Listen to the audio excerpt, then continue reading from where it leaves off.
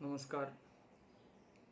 सर्वज्ञ दासोपंत यांची जयंती आहे आणि त्यानिमित्तानं आज आपण एक छोटेखानी फेसबुक लाईव्ह करणार आहोत. त्याचा हेतू असा आहे की दासोपंत यांच्याबद्दल थोडक्यात आपल्याला माहिती मिळावी आणि अंबेजोगाईमध्ये त्यांची समाधी आहे आणि बऱ्यापैकी तिथे आज मोठा उत्सव असतो. आज खूप मोठं तिथे समारोह असतो. तर मी माझ्या जीवनाच्या एका महत्त्वाच्या टप्प्यामध्ये अंबेजोगाईमध्ये राहिलेलो आहे. त्याच्यामुळं 2004 ते 2007 या काळामध्ये मी BA करण्यासाठी अंबेजोगाईला राहिलो आणि तेव्हा संस्कृत आणि इंग्रजी भाषांच्या अभ्यासामध्ये असताना आणि वातावरणच अंबेजोगाईचं असं आहे की मी भटगल्लीत राहत असे. देशपांडे गल्ली, भटगल्ली अशी ती छोटेखानी वस्ती आणि खूप सुंदर कार्यक्रम तिथं असत. शाकंभरी मंदिर आणि दासोपंतांचं म्हणजे रोज संध्याकाळी आरती असे. त्या आरतीला मी जात असे. मात्र पुढे शिक्षणाच्या निमित्त पुण्याला येणं आलं. नंतर आता ठाण्यात स्थायिक होणं आलं. मात्र घरी वारकरी परंपरा असल्यामुळं एकनाथांचं वाङ्मय वाचनाचा योग येतो. भावार्थ रामायण आदी ग्रंथ या गोष्टींचं वाचन सुरू होतं मधल्या काळामध्ये आणि ते वाचत असताना काही संदर्भ हे दत्त संप्रदायाशी आले.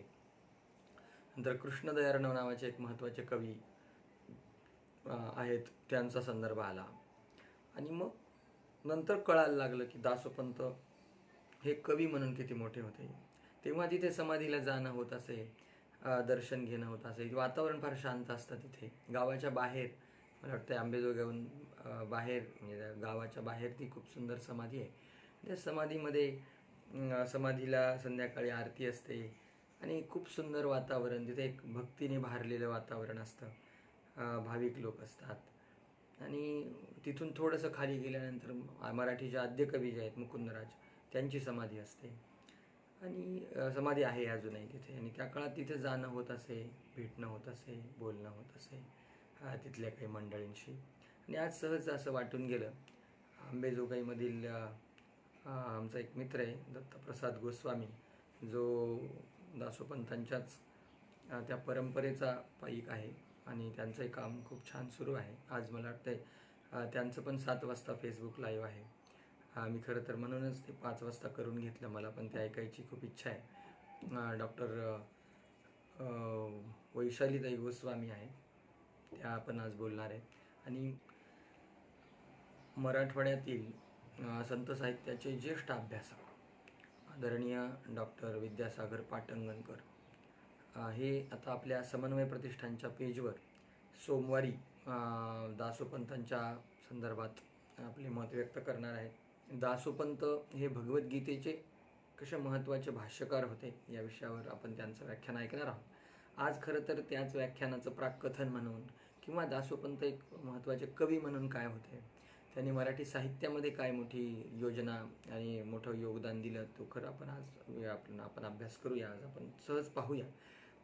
सुरुवात करताना दासोपंतांनी गीतार्णव नावाचा जो ग्रंथ लिहिला आहे, त्या गीतार्णव ग्रंथाच्या सुरुवातीच्या काही ओव्यांचं मी पठण करणार आहे, ज्यावरून आपल्याला समजेल की त्यांची भाषा कशी होती. दुसरं एक कारण मी दासोपंतांकडे आकृष्ट होण्यामागचं त्यांची भाषा हे आहे. कारण जसं मी म्हटल्याप्रमाणे एकनाथांचं भावार्थ रामायण सध्या वाचतो आहे. नंतर मधल्या काळामध्ये कृष्णदयार्णवांची हरिवरदाची टीका आहे, ती टीकासुद्धा जवळपास 42,000 ओव्यांची ती टीका आहे. ती टीका वाचण्याचा योग आला होता आणि ते वाचताना असं लक्षात आलं की काय या माणसांनी उभं करून ठेवलेलं आहे मराठी भाषेमधलं वाङ्मय. आणि त्याचा एक अभ्यास विद्यार्थी म्हणून आपण अभ्यास करावा. अर्थात दासोपंतांचं संत म्हणून व्यक्तिमत्व वेगळं आहे, ते अध्यात्म क्षेत्रातला फार मोठा हिमालय म्हणता येईल आपल्याला, त्यांचं फार मोठं योगदान आहे. मात्र भाषेचा विद्यार्थी म्हणून एक तमाम आपण जे मराठी भाषक लोक असतो आणि आपण आपल्या भाषेप्रती तेवढे सजग असतो का, आपण आपल्या परंपरेप्रती सजग असतो का, ह्या खरं तर चर्चेच्या गोष्टी आहेत. त्याचं खरं चिंतन आपण पुढच्या काही 20-25 मिनिटात मी मांडायचा प्रयत्न करणार आहे. तत्पूर्वी गीतार्णवातल्या ह्या सुरुवातीच्या 16वा अध्याय जो आहे त्यातल्या ह्या ओव्या मी वाचणार आहे. श्रीमद दत्तात्रेयाय नमः. जय जयाजी विश्वभरिता, विश्वात्मया श्री अनंता, विश्वगुरु अवधूता, विश्वसाक्षी, विश्वंभरा तुझे स्मरण, ते तापत्रयाग्नी प्रशमन, विश्वाते करी पावन भरवसेनी, तू ते नमोजी मुक्तिपाणी, माया निवारणादि नमणी, संसार कल्मशाची धुनी, होये तव पादोदके, झने करीसी उदासीन, बोल बोलसी कठीण, तुझ्या हाती पंचप्राण ठेविले आम्ही. आता आपल्याला एक गोष्ट लक्षात येते की मध्ययुगीन हा जो काळ म्हणतो आपण 15व-16व शतक आहे, त्या काळामध्ये ह्या मंडळींनी लेखन केलेलं आहे. म्हणजे पहा, मी थोडक्यात तुम्हाला काही कालखंड समोर ठेवतो एक साहित्याचा विद्यार्थी म्हणून. आता दासोपंतांचा जो काळ आहे, दासो दिगंबर देशपांडे असं त्यांचं नाव आहे, 1551 ते 1616, ज्यांना मराठीचं कुबेर असं म्हटलं जातं बरं का. दासोपंतांना मराठी भाषेचे कुबेर असं म्हणतात. त्याचं कारण म्हणजे मी जे काही वाचले त्यानुसार जवळपास त्यांनी 5 लाख ओव्यांचं वाङ्मय लिहिलं गेलेलं आहे. मराठी विश्वकोशामध्ये एक विस्तारानं टिपण आलेलं आहे आणि अनेक ग्रंथांचंही थोडंसं वाचन परिशीलन केलं. तोच काळ मी पाहिला की विल्यम शेक्सपियर जो आहे, इंग्रजीतला फार मोठा अभ्यासक आणि नाटककार, जगात सगळ्या प्रसिद्ध असलेला, त्याचा कालखंड 1564 ते 1616 आहे. म्हणजे शेक्सपियरचा जो मृत्यू आहे तो 1616चा आहे आणि दासोपंतांचं समाधी वर्ष सुद्धा मला वाटतं त्यांनी 1616 मध्ये समाधी घेतलेली आहे. आता मी हे कम्पेअर याच्यासाठी करतोय, त्याच काळामध्ये तुकारामांचा जो काळ आहे तो 1598 ते 1650 असा आहे. एकनाथांचा काळ हा 1533 ते 1599 असा आहे. आणि जे कृष्णदयार्णव नावाचे जे संत आहेत, महत्वाचे संत आहेत, त्याच्यावर कधी नंतर आपण बोलूया. 1674 ते 1740 असा काळ आहे. हा काळ थोड्याफार फरकात प्रमाणे दासोपंत आणि संत एकनाथ हे समकालीन होते, त्यांच्या भेटी झाल्या होत्या असंही आपल्याला दिसतं. आणि 1616 हे जे साल आहे ते विल्यम शेक्सपियरचं सुद्धा आहे. आता मी शेक्सपियर आणि ह्या गोष्टी का जोडतोय त्याचं कारण असं की मी मधल्या काळात मेमध्ये 2019 मध्ये इंग्लंडला शेक्सपियरच्या मातृभूमीला जायचा योग आला होता. विद्याप्रसारक मंडळाची एक अभ्यास दौरा जातो दरवर्षी. शेक्सपियरची जी बर्थ प्लेस आहे, माझ्या पर्सनल यूट्यूब चॅनलवर मी ते 2-3 व्हिडिओ टाकलेले आहेत. मी तिथं भेटी घेतल्या तिथल्या. आणि शेक्सपियर्स बर्थ प्लेस ट्रस्ट नावाचं ट्रस्ट स्थापन करून आज जगभरातून असं म्हटलं जातं की हजारो लोक रोज तिथे येतात. आणि शेक्सपियर कुठे जन्म. इंटरनेटचा इश्यू दिसतोय का अपर्णा?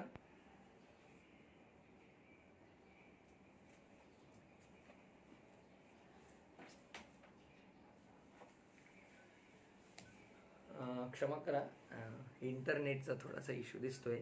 मी खरं तर हा नंतर एक स्वतंत्र व्हिडिओ करून यूट्यूबवर टाकायचा विचार आहे. दुसरं महत्त्वाचं म्हणजे याच्यावर एक PPT तयार करून नंतर मी सांगत होतो असं की शेक्सपियरच्या बर्थ प्लेसला गेल्यानंतर असं कळलं तिथं एक वरांडा आहे आणि त्या वरांड्यामध्ये शेक्सपियरची जी नाटकं आहेत त्या महत्त्वाचे जे उतारे आहेत, समजा आपल्याला हॅम्लेटमधलं एक सॉलिलकी ऐकायची, तर तिथं नट बसलेले आहेत आणि ते नट तुम्हाला ते ॲक्च्युली ऐकून दाखवतात, म्हणजे ते करून दाखवतात. They react for you, they enact for you, ते सगळं असं. आणि एका अर्थानं ह्या मंडळींनी भारत म्हणजे त्यांची जी संस्कृती आहे ती आजसुद्धा, म्हणजे आज 2020 आपण पहा 400 वर्ष होऊन गेले, आजसुद्धा आपल्याला शेक्सपियरच्या त्यांनी कुठे नाटकं लिहिली, कुठल्या नाटकांमधला कुठला भाग आहे, त्याच्या नाटकांमधले महत्त्वाचे भाग त्यांनी त्या पूर्ण त्या ठिकाणी असे कोरून ठेवलेले आहेत. आणि आजसुद्धा आपल्याला ते बर्थ प्लेस पाहायला मिळतं, त्याच्यावरची वेगवेगळी नाटकांचे प्रयोग आज सुरू आहेत.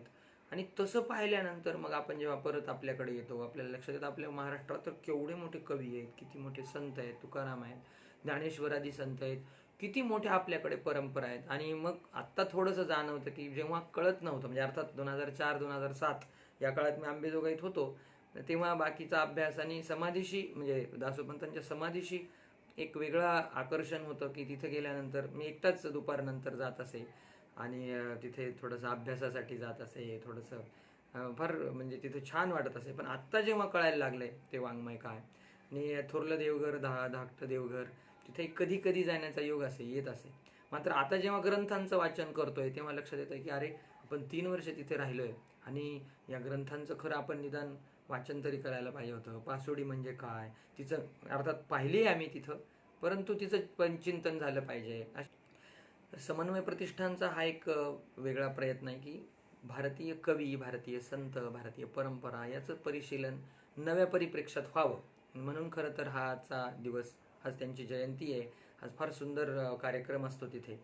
दुसरं एक मला सहज मी विसरून जाईल या कोर्समध्ये सांगता सांगता, ते म्हणजे मी यूट्यूबवर पाहिलं आणि दुर्दैवानं दासोपंतांवर एखादी डॉक्युमेंटरी पाहिजे असं मला वाटलं. कारण दासोपंत जर आपण यूट्यूबवर टाईप केलं तर दासोपंत म्हणून एक हबप महाराज आहेत, जे मोठे पखवाज वादक आहेत. त्यांच्या पखवाजाचे आणि वेगवेगळे आपल्याला कार्यक्रम पाहायला मिळतात. मात्र दासोपंत म्हटल्यानंतर त्यांच्या, आता तुम्ही कुठलाही एखादा इंग्रजी कवी टाका किंवा कुठलाही एखादा साहित्यिक टाका, तुम्हाला immediately you will get lot of documentaries. दुर्दैवानं आपल्याकडे डॉक्युमेंटरीज, त्याचं चिंतन किंवा एक सिस्टमॅटिक पद्धतीनं एक 10 मिनिटाची 5 मिनिटांची डॉक्युमेंटरी, किंवा हे कवी नेमके कोण होते, यांचा कार्यकाळ काय, त्यांनी कुठले ग्रंथ लिहिले, इंग्रजीमध्ये, हिंदीमध्ये, मराठीमध्ये, म्हणजे खरं ह्या दृष्टीने आपण हे व्हायला पाहिजे. मी मधल्या काळामध्ये कृष्णदयार्णवांवर 2 व्हिडिओ करून माझ्या यूट्यूब चॅनलवर टाकले आणि योगायोग म्हणजे असं की मला खूप लोकांचे फोन आले की आम्हाला माहिती नव्हतं. जवळपास 42,000 ओव्यांचा त्यांचा ग्रंथ आहे कृष्णदयार्णवांचा. दशमस्कंदावर त्यांनी टीका लिहिलेली आहे. एकनाथ महाराजांनी एकादश स्कंदावर टीका लिहिलेली आहे. आणि दासोपंतांचा जेव्हा आपण पाहिलं, त्यांनी जे काय वाङ्मय लिहिलंय ते अक्षरशः हृदयाला म्हणजे असं दडपून जाण्यासारखं आहे. ते जवळपास एक सव्वा लक्ष ओव्यांचे त्यांचे ग्रंथ आहेत. म्हणजे 5 लाख ओव्या लिहिणारा हा मराठी भाषेचा कुबेर. त्याच्यामुळे भाषेचा साहित्यिक म्हणून आपण दासोपंतांकडे, त्यांच्या वाङ्मयाकडं वळलं पाहिजे. त्यांच्या चरित्राबद्दल, अर्थात मी चरित्राबद्दल खूप विस्तार मांडणार नाही. आपण एखाद दिवशी अजून कुण्या एका विद्वान वक्त्याचं त्यांच्या फक्त चरित्रावरच एखादं बोलूया. मात्र असं म्हटलं जातं की त्यांनी सर्वाधिक लेखन केलेला जो मराठीतला संत कवी म्हणून त्यांचं वैशिष्ट्य आहे. भाद्रपद कृष्ण अष्टमी म्हणजे आज सोमवार, भाद्रपद कृष्ण अष्टमीला त्यांनी त्यांची जयंती आहे आणि म्हणून आज खूप त्यांची जयंती साजरी केली जाते. त्यांनी दिगंबरानुचर, कारण ते दत्तभक्त होते आणि म्हणून त्यांनी त्यांचं नाव, स्वतःचं टोपण नाव, ज्याला हल्ली उर्दू गझलामध्ये लोक तखल्लुसने लिहितात नाही का, टोपण नाव ज्याला पेन नेम, पेट नेम म्हणतात. मात्र भारतीय परंपरे म्हणजे त्यातल्या त्यात आपली जी ही परंपरा आहे, अध्यात्म परंपरा आहे, त्याच्यामध्ये दिगंबरानुचर अशा नावाने दासोपंतांनी लेखन केलंय. 16वे ते 17वे शतक असं म्हटलं जातं. त्या काळामध्ये महाराष्ट्रामध्ये नाथपंचक म्हटलं जातं. म्हणजे नाथ, त्यातमध्ये संत एकनाथ आहेत, जनी जनार्दन आहेत, रामा जनार्दन आहे, विठा रेणुकानंदन आणि दासोपंत, अशा ह्या 5 संतांना नाथपंचक अशी उपाधी आहे.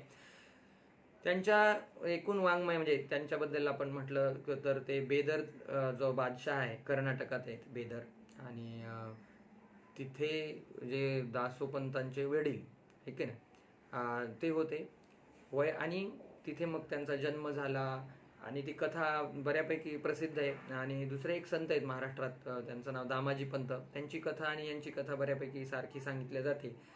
ती म्हणजे दुष्काळ पडला आणि दुष्काळ पडल्यानंतर दासोपंतांचे पिताश्री, ते फार मोठे देशपांडे तिथले वतनदार होते, त्यांनी आपल्याकडे असलेली सर्व संपत्ती दान देऊन टाकली. लोक भुकेला लागले होते आणि त्या भुकेला आणि भिकेला, म्हणजे आता आपण लॉकडाऊनच्या काळात पाहतोय GDP खाली आला वगैरे वगैरे, याच्याहून वाईट काळ ह्या महाराष्ट्राने इस्लामी राजवटीमध्ये पाहिलेला आहे.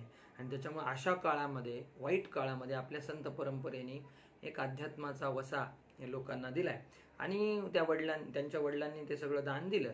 आणि दान दिल्यानंतर मात्र तो बादशहा म्हणाला की शेतसारा पाहिजे, आणि मग शेतसारा मिळाला नाही तर मग साक्षात दत्ताने एक स्वरूप घेऊन ते 5 लाख सुवर्णमुद्रा दिल्या, अशी ती कथा आहे. विस्तारानं आपण ती पहा, यूट्यूब ह्याच्यावर पण अवेलेबल आहे, विकिपीडियावर, विस्ताराने आपण ती पाहावी. मात्र वैशिष्ट्य मला असं वाटतं की त्या बादशहानी सांगितलं म्हणे की तुम्ही जर हे पैसे आणून नाही दिले शेतसारा, तर त्या वडिलांनी सांगितलं की मला शेतसारा देऊन टाकलेला आहे आणि आता काही माझ्याकडे नाही आहे. तर ते म्हणाले तुम्ही 5 लाख रुपये जमा करा, नाहीतर दासोपंत तेव्हा लहान होते खूप, त्यांनी त्यांना आपल्या कोठडीत ठेवलं आणि सांगितलं तुम्ही जर परत नाही दिले तर त्याला आम्ही मुस्लिम करू. आणि म्हणून मग अत्यंत कनवाळू अवस्थेत दत्ताची उपासना करून मग दत्त साक्षात स्वरूप येऊन त्यांनी ते पैसे दिले आणि दासोपंतांच्या जीवनामध्ये असं म्हणतात प्रत्येकाच्या आयुष्यात एखादा टर्निंग पॉईंट येतो. आपण खरं तर या संतांना ते अमानवीयच आहेत, अगदी बरोबर आहे, परंतु ते दैवी स्वरूप आहे, अगदी खरं आहे. मात्र आपण कधी कधी म्हणजे जसं मी तुकारामांची गाथा जेव्हा वाचतो तेव्हा मला वाटतं मी डायरी वाचतो एखाद्या साधकाची. म्हणजे अशा अर्थानं we have to make it relevant so that we can understand these poets. Otherwise ते फक्त संत म्हणून आणि फक्त काही जयंत्या पुण्यतिथ्या साजऱ्या करण्यापुरतेच राहतील की काय, अशी मोठी हे आहे. म्हणून आपल्याला आता मॉडर्न टेक्नॉलॉजी, मास कम्युनिकेशनची नवीन साधनं, यूट्यूबवरचे त्यांचे डॉक्युमेंटरी, त्यांच्यावरचं चित्रपट, अशा काही गोष्टी करून अधिकाधिक, आणि हल्ली आता या क्रांतीमुळं, डिजिटल टेक्नॉलॉजीतल्या क्रांतीमुळे एवढं सोपं झालंय की माहिती असलेल्या माहिती म्हणजे जी काही गोष्ट आपल्याकडे अवेलेबल आहे त्याला ग्राफिक्सच्या डिझाईनच्या माध्यमातून, फोटोमधनं, आज ज्या पत्रिकेचा जो आपण फोटो दिला होता तो मला दत्तप्रसादनी काल पाठवला होता. मुद्दा असा आहे की आपण खरं हा विचार त्या निमित्ताने व्हावा, जी मंडळी ऐकतायत सध्या आणि किंवा नंतर ते यूट्यूबच्या माध्यमातून फेसबुकवर ऐकतील. खरं तर माझा हेतू हे करण्यामागचा कंटेंट क्रिएशन असा पण होता, कारण आपण बोलल्या गेलं पाहिजे. बोलल्या गेलं की आपोआप त्याच्यावर चर्चा होते आणि मग एकदा का कंटेंट तयार झाला, एक कॉन्टेंट तयार झाला की लोक त्याच्यावर चिंतन करतात. दासोपंतांचं असं म्हटलं जातं की अत्यंत अंतःकरणापासून मग त्यांना दत्ताच्या भेटीची ओढ लागली. एकनाथ महाराजांचं आणि दासोपंतांचं मला थोडं साधर्म्य वाटतं. एकनाथांचं पण असंच आहे की त्यांना अंतःकरणापासून हे झाली, त्यांना गुरु मिळाले आणि गुरूंनी त्यांना अनुग्रह दिला. दासोपंत वयाच्या 35 ते 40व्या वर्षी आंबेजोगाईला आले आणि ते स्थिरावले असं म्हणतात. आणि त्यांनी जवळपास 20 ते 25 वर्ष अखंड लेखन काम केलं. असं म्हणतात की एक ढब्बू पैसा, एक ढब्बू म्हणजे त्या काळातलं चलन होतं. पु ल देशपांड्यांचा ना एक पुस्तक मधल्या काळात मी वाचलं होतं, मराठी साहित्याचा गाळीव इतिहास म्हणून. त्याच्यात त्यांनी एक एक छान इंटरेस्टिंग असा आकृती काढून कार्टून सारखं त्याच्यामध्ये हा उल्लेख केलेला आहे. तर एक ढब्बू पैसा किमतीची शाई आणून रोज ते लिहित असत. आता हे किती मोठं वैशिष्ट्य मला पहा, आपण आज अशा काळामध्ये जगतोय की जिथं सरळ धड मराठीत आपल्याला 1-2 मिनिट बोलायला सांगितलं तर आपण बोलू शकत नाही, मध्येच आपण इंग्लिश शब्द वापरतो. आणि मी मुंबईसारख्या महानगरात इंग्रजीचा प्राध्यापक आहे. विद्यार्थ्यांशी बोलताना किंवा इंग्लिशमध्ये बोला म्हटलं तर ते सरळ इंग्लिशमध्ये बोलू शकत नाही, मराठीत बोला म्हटलं तर सलग मराठीतही बोलू शकत. त्याच्यामुळे अशी जी हॉचपॉच झालेली, मिक्स झालेली भाषा, म्हणजे माझ्या आजोबांना ऑफ झाले असं म्हणायची पद्धत आहे सध्या. म्हणजे ते निवर्तले, देवाघरी गेले, वारले, हे शब्द सुद्धा पुढच्या पिढीला माहिती नाही. इतकं वाईट आहे. म्हणजे मी एकदा उंबरठा हा शब्दाचा उल्लेख करत होतो, तो उंबरठा म्हणजे काय असा प्रश्न महाराष्ट्रातच हल्ली पुढची पिढी विचारते. त्याच्यामुळे आपण कुठल्या उंबरठ्यावर उभे आहोत हे खरंच मला भीती वाटते. आणि म्हणून भाषेच्या दृष्टिकोनातून मी या ग्रंथाकडे वळतोय. मागच्या 1-2 वर्षामध्ये माझ्या वडिलांच्या मार्गदर्शनाखाली मी सध्या भावार्थ रामायण जे एकनाथांचं ते वाचतोय. जवळपास 10-20 हजार ओव्या आहेत त्याच्यामध्ये. वाचत असताना रोज आपल्याला जाणवतं की या माणसांच्या भाषेवर काय मोठा प्रभाव आहे. ही मंडळी किती सुंदर, म्हणजे बघा त्या काळात हिंदी, फारसी, कारण इस्लामी आक्रमण असल्यामुळे फारसी असे उर्दू मिश्रित शब्द पण आहेत. संस्कृत उत्तम असायचं तत्कालीन कवींचं. आणि आवाका काय होता विचार करा. एक माणूस आयुष्यात एक गोष्ट घडण्यासाठी आपल्याला 12-12 वर्ष घातले तरी आपल्याला काही येत नाही. आज ही माणसं काय गायन पण असतात. म्हणजे दासोपंतांच्या चरित्रात हे काय सुंदर मोठा योग आहे पहा. ते गायनाची धन्य ती गायनी कळा जे रामदासांनी म्हटलंय. तर ते गायक पण आहेत, ते चित्रकार पण आहेत, ते कवी पण आहेत, ते शासक पण आहेत. म्हणजे मला कमाल वाटते. जसं मला वाटतं पतंजली महाभाष्यामध्ये पतंजलीनेच लिहून ठेवलंय की निष्कारणेन षडंगो वेदो ध्येयोज्ञेयश्च, अशी आज्ञा होती आपल्याकडे की व्यक्तीने निष्कारण षडंग वेदाध्ययन केलं पाहिजे. निष्कारण या शब्दाचा अर्थ आहे की what ever may be your profession. तुम्ही राजे असा. आता समर्थ मला वाटतं एकनाथांचे जे गुरु होते ते प्रशासक होते, नाही का. मग प्रशासक असणारी माणसं, ऍडमिनिस्ट्रेटिव्ह सर्व्हिसेसमध्ये असणारी माणसं आध्यात्मिक क्षेत्रात सुद्धा किती मोठा पल्ला गाठतात. हे खरं आजच्या पिढीला हे खरं सांगितलं पाहिजे असं मला वाटतं. दासोपंतांनी जी पासोडी, आता दासोपंत प्रसिद्ध पासोडी या ग्रंथासाठी. आता पासोडी म्हणजे काय, तर अंगावर पांघरण्यासाठी वापरण्यात येणारे जे जाडं भरडं कापड असतं त्याला पासोडी म्हणतात, अगदी सोप्या भाषेत सांगायचं झालं तर. आणि आता मला कौतुक कमाल याची वाटते दासोपंतांच्या लेखनाची, की त्यांनी केलं काय. त्यांचं पंचीकरण पासोडी म्हणून जो आहे तर तो 40 फूट लांब व 4 फूट रुंद अशा कापडावर त्यांनी पंचीकरण, अध्यात्मातले जे विषय आहेत ना ते चित्राकृतीने मांडलेले.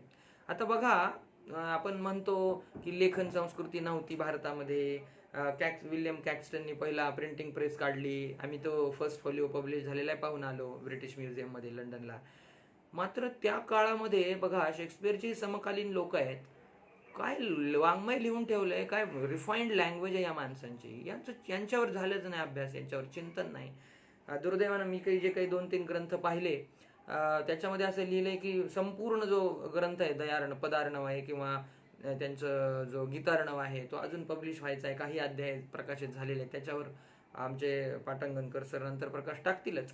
मुद्दा असा आहे की ही व्यक्ती दासोपंतांसारखी व्यक्ती जेव्हा 16व्या-17व्या शतकात लिहिते तेव्हा किती दूरदृष्टी पहा की इथून पुढे लिहिलेले ग्रंथ पुढच्या मंडळींना कळावे. म्हणजे जसं एखादा शिक्षक आकृत्या काढून समजून सांगतो तसं त्यांनी ती पासोडी लिहिली.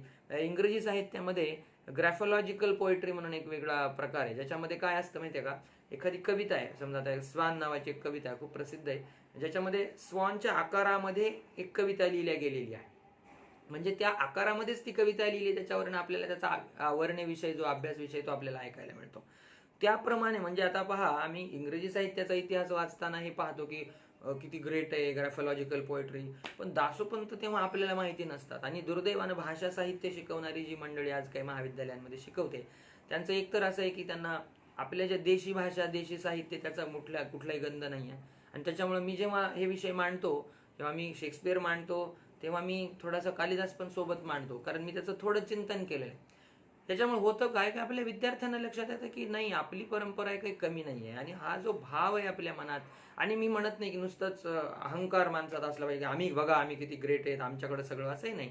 त्याचं तुलनात्मक अध्ययन जर झालं, भाषेच्या दृष्टिकोनातनं झालं, तर मला असं वाटतं की या गोष्टीचा खूप मोठा प्रभाव आपल्या पिढीवर होईल. त्याच्यामुळे समर्थ दासोपंतांचा आज आपण जी जयंती साजरी करणार आहे ती थोडी वेगळ्या अर्थानं, वाङ्मयीन अर्थानं जर आपण साजरी केली, ते उत्तम चित्रकार होते. त्यांनी मग काय केलं, अश्वत्थ वृक्षाचं चित्र, सर्पाचं चित्र, भावचक्र, पंचकोशाचं चक्र, स्थूलादी चक्र, दत्तमूर्ती माला, म्हणजे मला वाटतंय तुम्ही गुगल केलं तर तुम्हाला त्या गोष्टी मिळतील, आज सुद्धा अवेलेबल आहेत त्या, की त्यांनी त्या वेगवेगळ्या चित्रांमध्ये वेदांताची तत्व ग्रॅफोलॉजिकली पुटअप करण्याचा प्रयत्न केला आहे.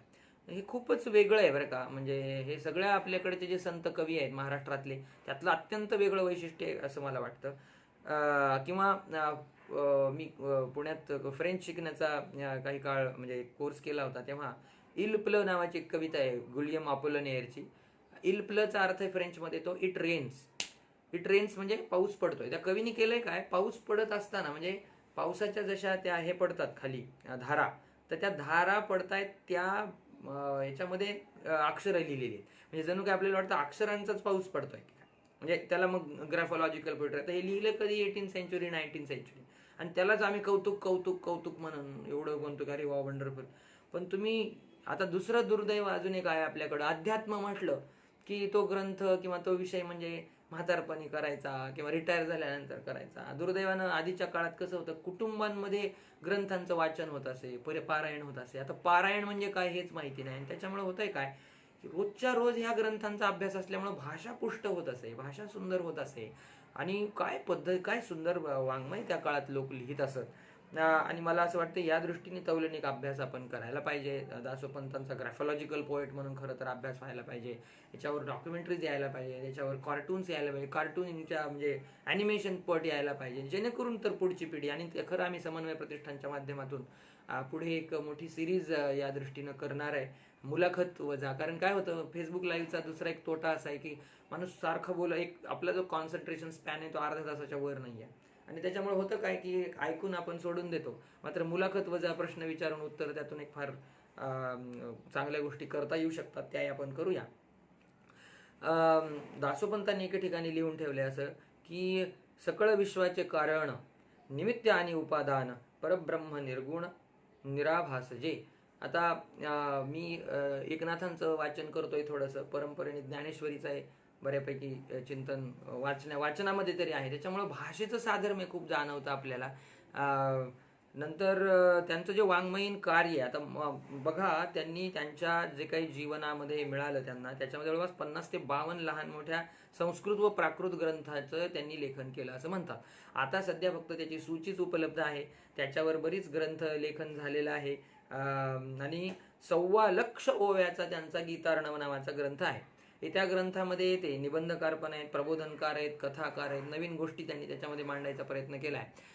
आणि नंतर त्यांनी एकाध्यायी गीता, जसं ज्ञानेश्वरांनी 18व्या अध्यायाबद्दल म्हटलेलं आहे की ती 18वा अध्याय भगवद्गीतेतला हा एकाध्यायी गीताच आहे.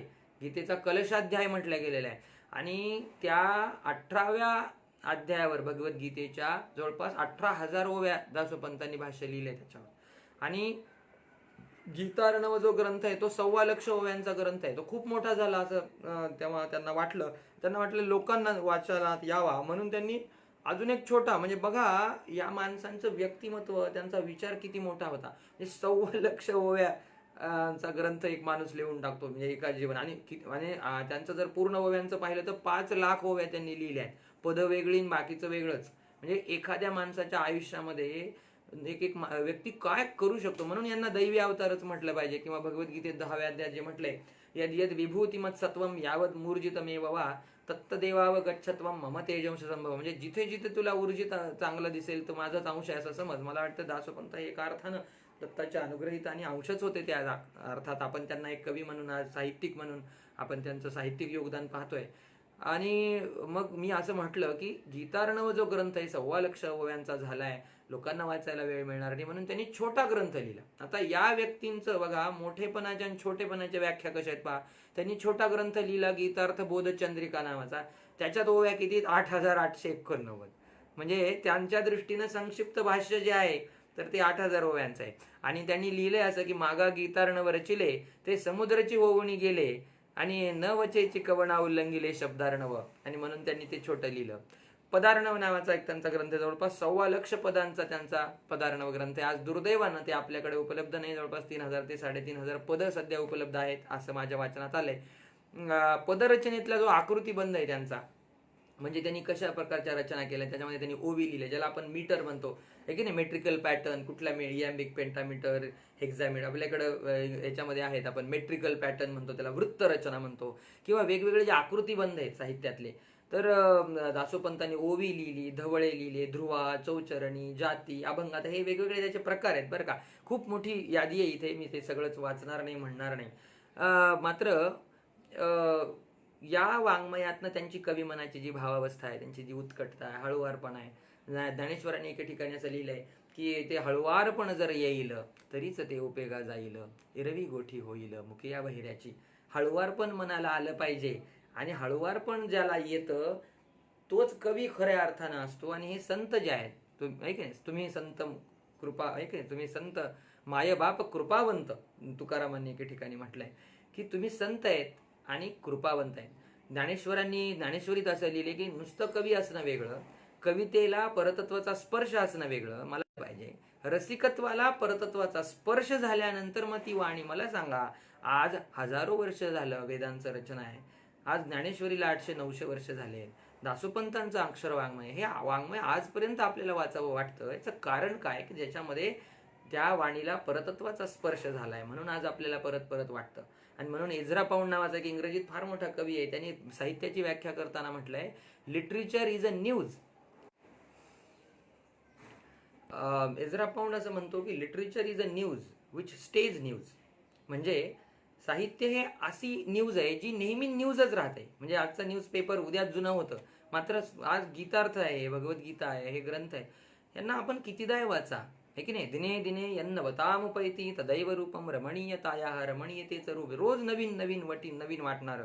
तर ही मनाची हळुवारपण जोपर्यंत कवीला येत नाही तोपर्यंत कवी, आणि त्या कवितेला परत हळुवारपण येणं तर ठीक आहे, आपण पाहतो इमोशनल पोएट्री आहे, एखादा कवी फार तर 100-200 वर्ष टिकतो. त्याच्यानंतर मी ज्यांना संत कवी म्हणतोय त्यांचं अवीट गोडीचं वाङ्मय लिहिल्याचं कारण त्या वाणीला परतत्वाचा स्पर्श झालेला आहे. आता त्यांनी कितीदा, म्हणजे त्यांच्या बऱ्याच ओव्या आहेत, मी काही त्याचं थोडीशी टिप्पणी आणलेली आहेत. त्यांनी असं लिहिलंय एके ठिकाणी की आठविता तुझे गुण दोन्ही सजळ झाले नयन, दत्ता कै येसील भेटी प्राण पंचक धरिले कंठी. हे अंतःकरणातून माझे डोळे सजल झालेले आहेत. आज एखाद्या नाट्यपदाचं लिहिल्यासारखं वाङ्मय पहा, किती सुंदर आहे. आणि अंतःकरणा त्यांनी विरहिणी लिहिल्या आहेत. दासोपंतांची एक विरहिणी मला काल वाचनात आली, ती पहा खूप सुंदर आहे. चांदू चंदन अनसा हे गायन, श्री दत्ते विन सखिये वेचती प्राण. चांदू चंदने माये चंपक, चेतने मुळी लागती भाण. बाईये चंदन अंगी नसाहे, परिमळ तो वाया जाये. चंद्रू चांदणे करी काये, आणि प्राणनाथ भुवो कैसे निये. मला हे वाचत असताना ज्ञानेश्वर महाराजांच्या विरहिणी आठवल्या. गरुड वाहना गंभीरा, येई गा दातारा, बाप रखुमा देवरा श्री वठ्ठला. दिनू तैसी रजनी झाली ओ माये, अवस्था लावून गेला अजूनही का नये. ज्ञानेश्वरांच्या कितीतरी विरहिणी आहेत, किंवा आपल्याला लता दिदींनी गाऊन प्रसिद्ध केलेली घणू माझे गुणगुणा, वारा वाहे ऋण जुना, आणि भवसारकुहा भवतारकुहा कान्हा वेगी भेटे वागा. ही जी ओढ आहे ना, या म्हणजे मध्ययुगीन संत मध्ये आपल्याला जाणवेल की सारखी त्यांच्या अंतःकरणात भेट आहे, भगवंताच्या भेटीची ओढ आहे, आणि त्याच्यातनं त्यांची कविता आहे ना, त्या भक्तीनं भिजलेली कविता आहे दासोपंतांची, असं मला वाटतं. त्यांच्यावर प्रभाव आहेत. एका अर्थानं सुरुवातीला जे आयुष्यामध्ये जे धर्मसंकट आलं होतं की बादशाहाने त्यांना ओलीस ठेवलेलं, वडिलांना पैसे दिल्याशिवाय नाहीतर तुला धर्मांतर करू वगैरे वगैरे, त्याच्यातनं त्या एक मनातून त्यांचं. आणि तुम्ही पहा, एकनाथांचा काळ तसाच आहे. ज्या काळात एकनाथांनी रामायणाचं केलं तेव्हा महाराष्ट्रामध्ये फार मोठा उत्पात झालेले आहे. की हे खूप आपलं भाग्य आहे की छत्रपती शिवाजी महाराज आणि या मंडळींनी खऱ्या अर्थानं महाराष्ट्र धर्म जिंकवला, ठेवला, आपल्यासाठी तो हे केला. नाहीतर परंतु त्याच काळामध्ये या संतांनी प्रत्येकाच्या अंतःकरणामध्ये रामराज्याची संकल्पना, अंतःकरणामध्ये भक्तिप्रेमाचा ठसा ठेवल्यामुळं आज जो काही आपल्याला बृहद महाराष्ट्र दिसतो, आज आपली परंपरा दिसते, याच्यामध्ये खूप मोठं योगदान या संत वाङ्मयाचं आहे, असं माझं वैयक्तिक मत आहे. खरं तर दासोपंतांच्या म्हणजे त्यांच्या लेखनाचा परत एकदा नव्याने परिशीलन करावं, असं खरं तर आज आपण ठरवू शकतो. त्यांच्यावर फार मोठा जो प्रभाव येतोय, त्या काळातलं धर्मसंकट, त्या काळात ते तीर्थाटन त्यांनी केलं, त्या काळात लोकांचं त्यांनी भेटी घेतल्या, आणि मग त्यांच्या भाषेमध्ये बऱ्याच गोष्टी, त्यांचं संस्कृत फार सुंदर होतं. मला आठवतंय की मी जेव्हा तिथे शिकत होतो 2004 ते 2007 ह्या काळामध्ये, दिगंबर मुडेगावकर सर आम्हाला खोलेश्वरला शिकत असे मी, आणि तेव्हा मला वाटतंय भाऊसाहेब देशपांडे इथले, मला वाटतं अतुलजी आहेत डॉक्टर, त्यांचे पिताश्री, त्यांनी त्या काळात तिथे दासोपंत संस्कृत पाठशाळा तेव्हा सुरू केली होती. मला वाटतं ती आधीपासून होती, आणि त्याचं परत एकदा रिवाईव्ह करण्याचं काम तेव्हा सुरू होतं संस्कृत भारतीच्या माध्यमातून. आणि मला आठवते की संस्कृतच्या अध्ययनासाठी मी तिथं लाडेवडगावला एक आश्रम आहे वेदांत साधनास्थली, तिथे सुट्टीच्या काळात जात असे अध्ययनासाठी, किंवा भाषेचा अभ्यास व्हावा त्या दृष्टीने. तर दासोपंतांचं संस्कृत वाङ्मयामध्ये सुद्धा खूप मोठं आहे. त्यांनी जवळपास ईश केन कठ ह्या 3 महत्वाच्या उपनिषदांवर संस्कृतमध्ये टीका केली आहे असं म्हणतात. आता त्या टीका आता उपलब्ध नाही आहेत. हिंदी, उर्दू, फारसी, मल्याळी, तेलुगू आणि कन्नड या एवढ्या भाषांचा त्यांचा व्यासंग होता. जवळपास 86 राग आणि 11 ताल निर्माण केले. म्हणजे त्यांनी संगीताची शैली त्यांची, म्हणजे आज आपण पाहतो की एक गोष्ट, एक कोर्स आपल्याकडे करण्यासाठी आपल्याला धड एक गोष्ट हे करता येत नाही. ही मंडळी कसं त्यांनी हे साध्य केलं असं म्हणणं, म्हणजे एक त्याचा दुसरा एक प्रतिवाद होऊ शकतो बरं का, की लोक म्हणतील मग काय ते देवाचाच अवतार होते. तर असंही नाही, ते पण आपल्यासारखेच होते. त्यांना जमलं तर आपल्याला निदान त्यांच्या चरणाचा अंश जर जमला आपल्याला, तरी खूप चांगल्या गोष्टी होऊ शकतील, असंही आपण ठरवू शकतो आजच्या दिवशी. आणि मग एकदा एक फार सुंदर मला वाटतंय हे मी बोललं पाहिजे, आणि 1-2-3 गोष्टी बोलून मी थांबणार आहे. मला हे वाचनात आलं, दासोपंतांनी लिहिलंय, वाल कुलकर्णी जे फार मोठे अभ्यासक आहेत, त्यांनी दासोपंतांवर त्यांचा ग्रंथ प्रसिद्ध आहे, आणि त्यांनी असं लिहिलंय की जवळपास मातीच्या 112 प्रकारांबद्दल दासोपंत लिहितात. आता खरं तर हे कृषी विद्यापीठात वगैरे जी मंडळी अभ्यास करतायत त्यांनी खरं भाषा साहित्य शास्त्राच्या दृष्टिकोनात नाही, खरं आपण चिंतन करायला पाहिजे. मातीचे 112 प्रकार आहेत म्हणे, आणि त्या 12 प्रकारांचं वर्णन, 112 प्रकारांचं वर्णन दासोपंतांनी केलंय.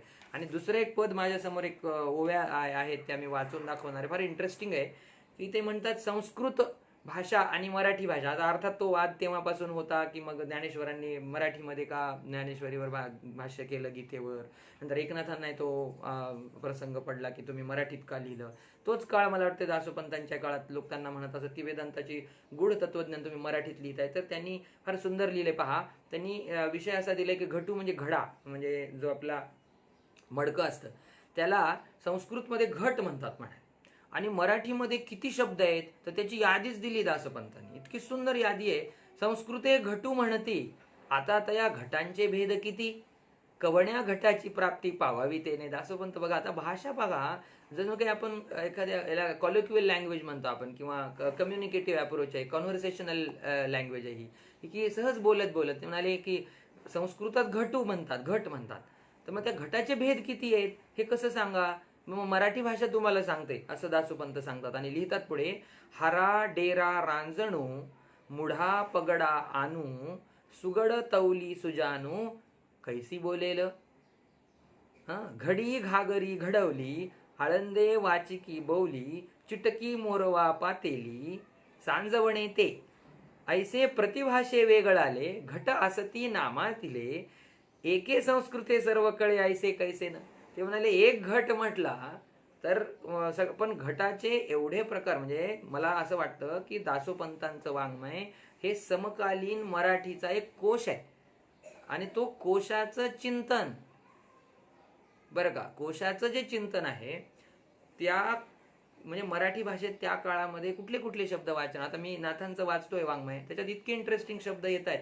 आपण पाहतो बघा, राऊत शब्द आहे, किंवा म्हणजे जे आडनाव आज महाराष्ट्रात प्रसिद्ध आहेत तर त्या आडनावांचे उल्लेख आहे त्याच्यामध्ये. म्हणजे ते सैन्यामध्ये काम करणारी जी लोक आहेत ती, म्हणजे त्या काळामध्ये महाराष्ट्रामधील भाषिक काय काय घडामोडी झाल्या होत्या याचा एक एन्सायक्लोपीडियक अंडरस्टँडिंग म्हणून आपण खरं दासोपंतांकडे वळायला पाहिजे.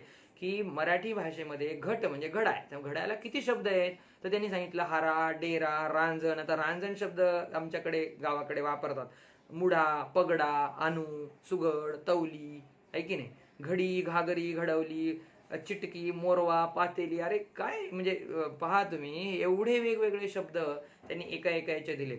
असंच वाङ्मय मला वाटतंय दयार्णवांनी, कृष्ण दयार्णव जे आहेत नाथांच्या म्हणजे छत्रपती शिवाजी महाराजांचा राज्याभिषेक झाला त्या दिवशी त्यांचा जन्म आहे कृष्ण दयार्णवांचा, आणि त्यांनी 42,000 ओव्यांची दशमस्कंदावर भागवताच्या टीका लिहिलेली आहे. त्याचंही थोडंसं चिंतन सध्या सुरू आहे. त्यांचं सुद्धा जे वाङ्मय आहे ते असं म्हणतात की मध्ययुगीन महाराष्ट्राचा तो एक कोशच आहे. म्हणजे आपण ज्याला ह्या मंडळींनी कोशात्मक लेखन केलेलं आहे. न शे पोहनेरकरांचा जो ग्रंथ आहे दासोपंतांची पासोडी, हा फार महत्वाचा ग्रंथ आहे. खरं तर हा ग्रंथ मुळातून वाचायला पाहिजे. प्राचीन मराठी वाङ्मयाचा इतिहास आहे, त्याच्यामध्ये तो उल्लेख आहे. भगवद्गीतेचे 3 टीकाकार वीरा करंदीकर, आमची कालच चर्चा झाली आदरणीय विद्यासागर पाटंगणकर सरांशी, आणि ते म्हणालेत की ते त्याच्यावर आता प्रकाश टाकणार आहेत. खरं तर आपण सगळेच उत्सुक आहोत त्यांच्या व्याख्यानासाठी. सोमवारी आठवण लक्षात ठेवा सगळ्यांनी. तर ते गीतेवरचे भाष्यावर ते बोलणार आहे. आणि मराठी वाङ्मयाभिरुचीचं विहंगाम अवलोकन नावाचा एक ग्रंथ आहे राजश्री जोगांनी लिहिलेला, विलभाव्यांनी महाराष्ट्र सारस्वत लिहिलाय, त्याच्यात उल्लेख आहे. आणि डॉक्टर हरिहर मातेकर आहेत ना, त्यांनी पण मला वाटतं याच्यावर खूप सुंदर चिंतन केलंय. मी महाराष्ट्र साहित्य, मला वाटतंय महाराष्ट्र GOV.in या वेबसाईटवर मला एक काल ग्रंथ दयार्णव दासोपंतांचा गीतार्णवाचा 16वा अध्याय मला काल PDF कॉपी अवेलेबल झालेली आहे. आणि archive.com वर काल मी शोध घेतला तर इतकी इंटरेस्टिंग गोष्ट मला समजली. अभ्यासकांना अर्थात ही माहिती असेल, पण मी परत एकदा सांगतो. जस्टिन अबॉट नावाचा एक मोठा अभ्यासक आहे, 1923 म्हणजे 1920 वगैरे या काळात त्यांनी ते पुस्तक छापलंय. त्या पुस्तकाचं नाव आहे the Maratha poet saint Dasopant Digambar. इंग्रजीत 30 पानांचा तो लेख आहे, जे स्टोअरवर तो मी काल अवेलेबल करून घेतलाय. मुद्दा असा आहे की या मंडळींनी याच्यावर खूप विपुल लेखन केलेलं आहे. मधल्या काळामध्ये ऑक्सफर्डला जाण्याचा योग आला होता. Oxford centre of Hindu studies म्हणून ऑक्सफर्ड विद्यापीठाने एक हिंदू सेंटर सुरू केलंय, आणि श्रीमद भागवताच्या भाषांतराचं काम भागवत तिथे सुरू आहे ऑक्सफर्डमध्ये. आणि जर आपण हे सिलेबस ह्या गोष्टी जर अभ्यासक्रमात लावायच्या म्हटलं तर आपल्याकडे लगेच सेक्युलरिझम आणि कसं कसं असं करणारी लोक लगेच उभे राहतील. दुर्दैव हे आहे आपल्याकडचं की या ग्रंथांचा जो अभ्यास घरोघरी होत होता पूर्वीच्या काळी तो थांबलाय. न्यूक्लिअर फॅमिलीत झाल्यामुळं, सगळेच नोकरी कमावण्याच्या याच्यामध्ये असल्यामुळं जे संचित आम्हाला आमच्या लहानपणी मिळालं त्याच्यामुळे आज जे काही थोडं बहुत माझं बिलकुल असं म्हणणंच नाही. आपण तर जसं दासोपंतांनी दिगंबर दासानुचर लिहिलंय तर आपण असं म्हणू शकतो की दिगंबर दासानुचरानुचर, आहे की नाही, त्यांच्या दासानुदास आहेत आपण, आणि त्यांच्याकडे पाहून निदान आयुष्यामध्ये काहीतरी आपल्याकडून घडावं. आणि म्हणून आपण ह्या अशा जयंत्या पुण्यतिथ्या या ज्या आपण महापुरुषांच्या साजऱ्या करतो त्यानिमित्तानं त्या दिवशी आपण खरं संकल्प घेतला पाहिजे. आणि सत्य संकल्पाचा दाता नारायण जे ज्ञानेश्वर म्हटल्या गेलेले आपल्या वारकरी परंपरेत, तर खऱ्या अर्थानं संकल्प घेतला आपण मनामध्ये, शुभेच्छा मनामध्ये आली, शुभा इच्छा, आहे की नाही, ही ज्ञानभूमी सांगितलेली आहे आपल्याकडे. आणि मला असं वाटतंय दासोपंतांचं जे जीवन आहे त्या दृष्टीने आपल्या अंतःकरणामध्ये जागृत व्हावं, त्यांची कविता आपल्याला समजावी. आता दुसरं महत्त्वाचं म्हणजे दासोपंत हे दत्त उपासक होते, सगळ्यांना माहिती आहे. धाकट्या देवघर, थोरलं देवघर, आपण आंबेजोगाईतली मंडळी तर विशेष करून माहिती आहे. परंतु त्यांच्याकडे ती दत्ताची फार सुंदर मूर्ती आहे. ते जो दत्त संप्रदाय आहे ना, तर 2-3 प्रकार आहेत असं म्हणतात महाराष्ट्रामध्ये. एक गुरु संप्रदाय आहे, म्हणजे दत्तोपासकांमध्ये जवळपास 3 संप्रदाय आहेत असं माझ्या वाचनात आलं. त्यातला पहिला आहे गुरु संप्रदाय, दुसरा आहे अवधूत संप्रदाय, तिथे दत्तात्रय देवदेव. मला आठवतंय की दासोपंतांची जी आरती असते समाधीला, ती समाधीची आरती असते संध्याकाळी, तेव्हा उद्घोष होतो. तेव्हा मला काही फार समजायचं नाही की आनंदे दत्तात्रय नेमकं काय. पण आत्ता ते थोडंसं वाचन केल्यानंतर कळायला लागलंय की ते आनंद संप्रदायातले, आणि तो इतका सुंदर जयघोष असतो, जबरदस्त आहे ते. खरं तर आपण त्यांच्या त्या आरती आहे ना, त्या आरतीचं खरं दृकश्राव्य माध्यमातून आमची आंबेजोगाईतली मंडळी ऐकतायत. मला खूप अंतःकरणापासून त्यांना विनंती करायची आहे की तिथल्या ज्या ज्या गोष्टी आहेत ना त्या सगळ्या डॉक्युमेंट करता आल्या तर आपण करायला पाहिजेत. त्याचे व्हिडिओज करायला पाहिजेत, त्यांची शेजारती, त्यांची ही आरती, समाधीची आरती, समाधीचं जर एक्सक्लुझिव्ह फुटेज आपल्याला जर घेता आलं. मी खरं दत्तप्रसादला सांगणार आहे की तू एक दिवस समाधीला जाऊन तो जो संपूर्ण परिसर आहे त्याचं ना फुटेज घेऊन, मागे मला वाटतं एक सुंदर ही आहे, बारव आहे तिथे, स्नान करत असत, नरसिंहाचं बारीक मंदिर आहे, असं खाली वाकून जावं लागतं. मी माझ्या आठवणी आंबेजोगाईतल्या आता जवळपास त्याला 10-15-12 वर्ष होऊन गेले.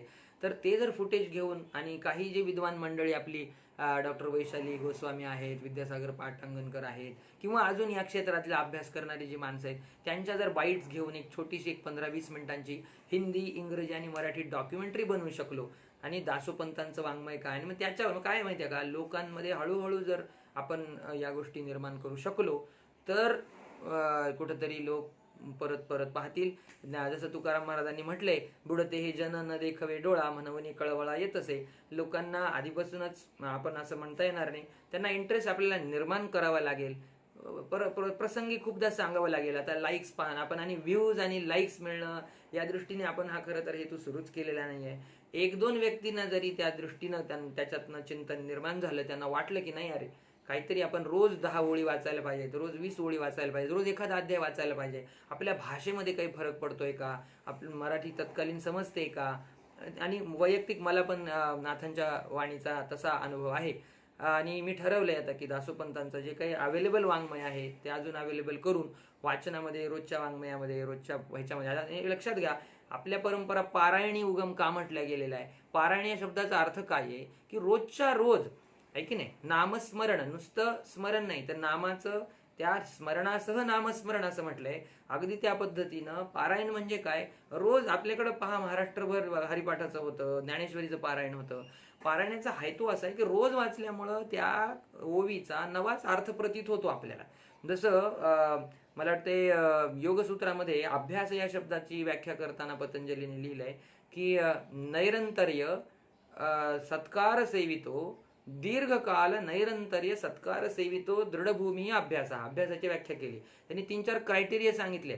त्यांनी नंबर 1 क्रायटेरिया सांगितला आहे की दीर्घकाळ म्हणजे नेहमी, कन्सिस्टन्सी ऑफ दॅट आयडिया. नंतर दीर्घकाळ, नैरंतर्य, निरंतर म्हणजे तुम्ही रेग्युलर इंटरव्हल, म्हणजे रोजच्या रोज, म्हणून आपल्याकडे परंपरा लावून दिलेली की रोजच्या रोज पारायण केलं पाहिजे. त्याच्यामुळे होतं काय, माणूस त्या याच्यामध्ये ट्यूनमध्ये राहतो.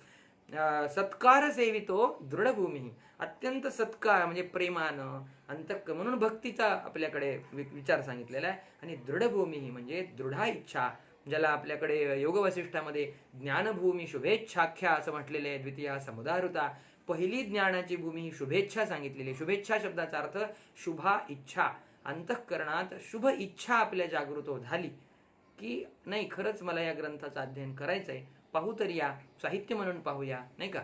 म्हणून तरी म्हणजे मी बरेचदा माझ्या विद्यार्थ्यांना सांगतो की तुकारामांच्या गाथेकडे तुम्ही एक डायरी म्हणून पहा. तुकारामांनी लिहून ठेवलेलं आहे की सत्य असत्यासी मन केले ग्वाही, मानियेले नाही बहुमता. किंवा कितीतरी त्यांच्या रोजच्या डेली यूजमध्ये वापरण्यासारखे, बोलाचीचं कडी, बोलाचाचं भात आपण बोलतो, पण आपल्याला माहिती नाही की हे तुकारामांची वाणी आहे किंवा ज्ञानेश्वरांचं वाङ्मय. जर हे रोज वापरत राहिलं तर या भाषेकडे वळल्या जाईल. मला सांगा, 1,00,000 1,2,00,000 ओव्यांचं लेखन करणं, 5-5 लाख ओव्या त्या काळामध्ये ही मंडळी याची देही याची डोळा लिहून जात होती.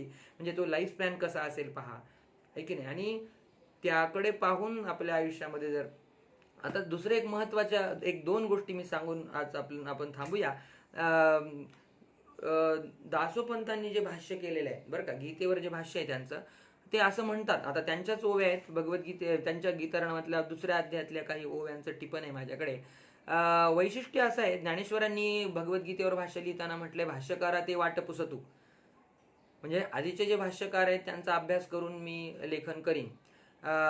समर्थ रामदासांची एक मला वचन आठवतंय की हे तो प्रचितीचे बोलणे, म्हणजे आपल्याला प्रचिती जोपर्यंत येत नाही, है की नाही, आतून हे म्हणून अंतःकरणातून आल्याशिवाय लेखन करू नका असंही सांगणारा संप्रदाय आपला.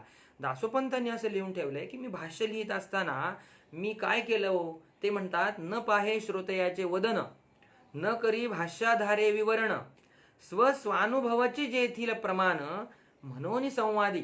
ते म्हणाले, मी श्रोत्याचं वदन पाहिलेलं नाही, मी भाष्याधारे विवरण केलेलं नाही, स्वानुभवाचे येथील प्रमाण म्हणजे काय, स्वतःचा अनुभव, आलेली प्रचिती हाच इथलं प्रमाण आहे म्हणाले, प्रत्यक्ष प्रमाण. आणि म्हणून असा संवाद करतोय. स्वानुभवाची येथ प्रमाण, स्वानुभव हेची साधन, अन्यत्र शास्त्र श्रवण तैसे हे नव्हे.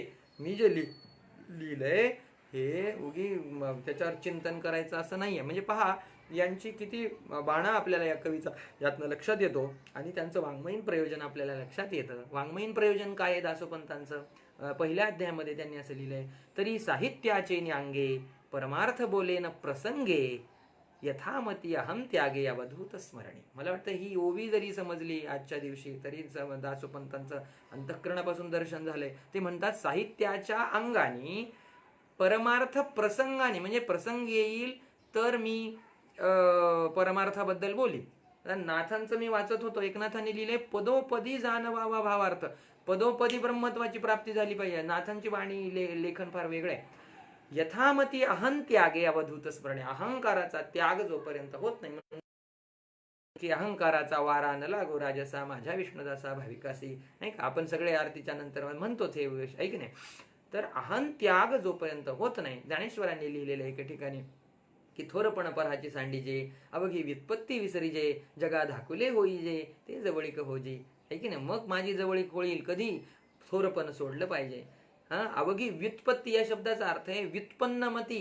व्युत्पत्ती म्हणजे डिग्रीज, माझी PhD मी हे मी ते, आहे की नाही, सांगायला खूप डिग्रीज आहेत. तसं पाहिलं तर या माझं विवेकानंदांबद्दल मी ऐकलं होतं की ते म्हणाले विवेकानंद BA होते की BA या डिग्रीला विवेकानंदांमुळे किंमत मिळाली. म्हणजे अशी काही मंडळी आहे की ज्यांना आपल्या लौकिक परिप्रेक्षात आपण बसवायला नाही पाहिजे. रादर आपलं जीवन किती संकुचित आणि छोटं झालेलं आहे, आणि संकोचोनी काय झालं असे लहान, घेई आपोषण ब्रह्मांडाचे, जसं तुकाराम महाराज म्हणाले, संकोचन काय छोटेसे होऊन गेलोय. आणि आपण सुरुवातीला जो उल्लेख केला, विश्वंभरा तुझे स्मरण, दासोपंतांनी गीतार्णवाच्या 16 अध्यायाच्या सुरुवातीचं मंगलाचरण आहे विश्वंभर. आपण पहा, तत्कालीन मध्ययुगातले हे संत आहेत, हे लिहित आहेत आणि ते काय लिहित आहेत, सुरुवात बघा, विश्व. मला सांगा, तेव्हा काय नकाशा, तेव्हा काही ते इंग्लंड अमेरिका असे काही, आपण आजची परिभाषा आहे आपली, आपल्याला वाटतं बाहेरनं एकदा प्रवास करून आल्याशिवाय आपल्याला इंटरनॅशनल काही कळत नाही, असं नाहीये. या मंडळींनी महाराष्ट्रात राहून, मला सांगा, ज्ञानेश्वर महाराज म्हणतात विश्वात्मके देवे, ते लिहितायत कुठे, महाराष्ट्रातल्या एका छोट्या भागात बसून ते सांगतात आता विश्वात. मग मला सांगा, या मंडळींचं विश्व हे किती व्यापक आहे. दासोपंत जेव्हा लिहितात विश्वंभरा तुझे स्मरण किंवा जय जयाजी विश्वभरिता, म्हणजे विश्व जणू काही, म्हणजे मला काय म्हणायचंय, या मंडळींनी हे जीवन अंतःकरणात अनुभवलंय आणि म्हणून ह्या विश्वाची जी संकल्पना आहे त्यांची खूप मोठी व्यापक आहे. आणि म्हणून आज युनिव्हर्सल ब्रदरहुडच्या आपण गप्पा मारतो, ग्लोबल विलेजच्या गोष्टी आपण मांडतो. लॉकडाऊनमुळे आपण सगळ्याच गोष्टी इंटरनेट आणि मोबाईलवर करतोय. हल्ली ऑफिसला जायची गरज नाही आणि आम्हाला आता कॉलेजला जाऊन शिकवायची गरज नाही, घरात बसून आपण बोलतोय आणि हे आता आपण ग्लोबलचं कॉन्सेप्ट मांडतोय. मात्र ही मंडळी आजच्या लौकिक परिभाषेमध्ये तसं पाहिलं तर फिट बसत नाहीये, परंतु त्या काळात त्यांच्या परिभाषेत रादर आपण बसत नाही असं मला वाटतं. आज आपण काय केलंय, मॉडर्निटी किंवा या गोष्टींच्या संकल्पना, टाय असेल, कोट असेल, इंग्लिशमध्ये बोलला म्हणजे एकदम मॉडर्न झाला. परंतु 1.25 लक्ष ओव्यांचा ग्रंथ लिहिणारी माणसं आहेत ही, यांना कुठल्या परिप्रेक्षात तुम्ही बसवणार आहे. आणि त्याच्यामुळे आता जी नवीन एज्युकेशन पॉलिसी आली आहे, म्हणतायत की त्याच्यामध्ये काही बदल होईल. आपल्या एकूण भारत केंद्रित आपल्या ह्या सगळ्या गोष्टी झाल्या पाहिजेत. आपल्या अधिकाधिक संतांचं मॉडर्न परिप्रेक्षामध्ये परिशीलन झालं पाहिजे. उत्तमोत्तम इंग्रजी त्यांच्यावर लेखन झालं पाहिजे, इंग्रजी डॉक्युमेंटरी झालं पाहिजे. तुम्हाला ती भाषा कळते ना, तर ठीक आहे, आम्ही त्या भाषेत तुम्हाला सांगू. त्याच्यासाठी हे एकट्याचं काम नाही आहे. दासोपंत समजणं हे एका आयुष्याचं काम नाही असं मला वाटतं. दासोपंतांसारखे कितीतरी मोठे संत या देशात आहेत, या राज्यात आहेत. आणि मला असं वाटतंय आज जी त्यांची जयंती आहे आणि त्या जयंतीला अनुलक्षून आपण एवढं जरी ठरवलं की आजपासून इथून पुढे मला जमेल तसं, जसा वेळ मिळेल तसा दासोपंतांचं वाङ्मय मी पाहू शकेल का, त्याच्या PDF अवेलेबल आहेत का, आणि मग असा श्रोत्यांचा जर एक दबाव गट तयार झाला. मी त्या पुस्तकात वाचत होतो महातेकरांच्या, त्यांनी लिहिलंय की दुर्दैवानं दासोपंतांचं वाङ्मय प्रकाशित झालेलं नाही. अधिकाधिक म्हणजे आहेत, काही ग्रंथ आहेत, परंतु हा जो मॉडर्न डिस्कोर्स आहे, इकडची मंडळी त्यांना गावी पण नाहीये. आणि मलाच माझ्याबद्दल आता मला जाणवतंय की मी जेव्हा अंबेजोगाईत होतो 3 वर्ष, तेव्हा मी दासोपंतांना दर्शनाला जात असे, पाया पडायला जात असे, समाधीचं चिंतन करत असे. हे सगळं मान्य आहे, तिथं गेल्यावर आध्यात्मिक अनुभूती वगैरे वगैरे खरं आहे. परंतु साहित्याचं परिशीलन राहून गेलं. आणि आत्ता मला असं वाटतं की आज मुंबईत आहे मी, आणि खरं आज देवघरात जाऊन यायला पाहिजे, आज तिथं ते पासोडी पाहायला पाहिजे. आत्ता आपल्याला ज्या नवीन अंडरस्टँडिंगनुसार त्या गोष्टींचं चिंतन व्हायला पाहिजे का.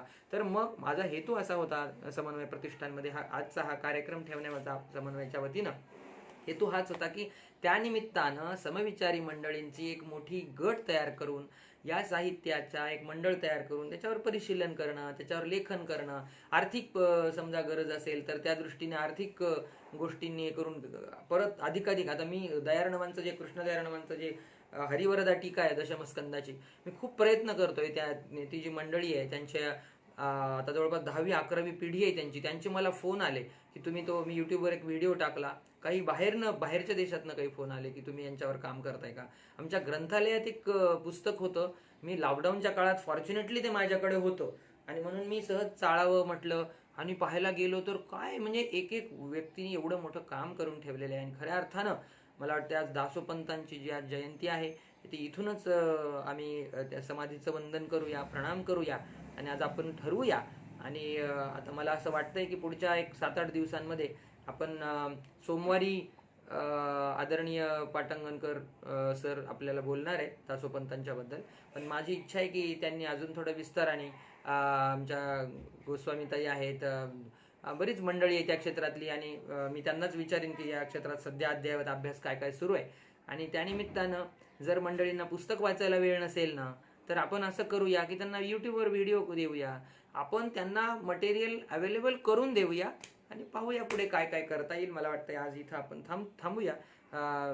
दासोपंतांच्या चरणी अंतःकरणपूर्वक कृतार्थ वंदन करून मी माझ्या वाणीला विराम देतो. आनंदे दत्तात्रेय देवदेव, सर्वज्ञ श्री दासोपंत महाराज की जय.